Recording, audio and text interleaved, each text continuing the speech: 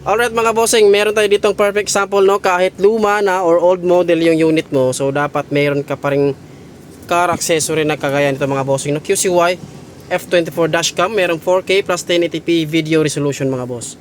So yung front is 4K resolution, saka yung sa likod naman is 1080p.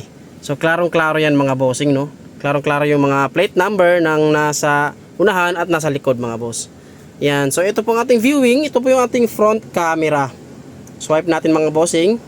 Ito naman yung sabay, front and sa likod.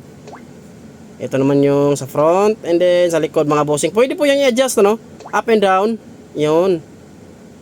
Kung medyo nakakasilaw naman yung ilaw sa likod o yung liwanag, pwede natin i-adjust yung brightness dito sa kabila. Ganon din sa front mga bossing. Yan. Front. Ito, up and down mga boss. Yan. Kung gusto nyo makita yung hood, ganon din. Up and down lang din. Tsaka yung brightness adjustment. Yun mga bossing, no. So at itong ating QCY F24 dashcam mga bossing, no, meron na siyang reverse sensor, parking sensor, yung impact sensor mga bossing, ADS, and blind spot.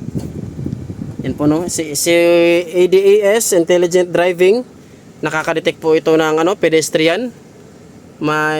Tumatawid, nag-a-alarm po ang ating dashcam. So by the way mga bossing, kapag dito kayo nag-avail, nagpa-install ng F24 dashcam sa Andres Auto Accessories, is libre na po yung 32 gig na micro SD card, libre na rin po yung installation at meron po tayong 9 months na warranty. Yan po, no, dagdag security po sa inyo ang sasakyan mga boss. Once again mga bossing, no, QCY F24 dashcam available po dito sa Andres Auto Accessories. So PM lang kayo mga bossing for inquiries. Kita-kits po. Peace.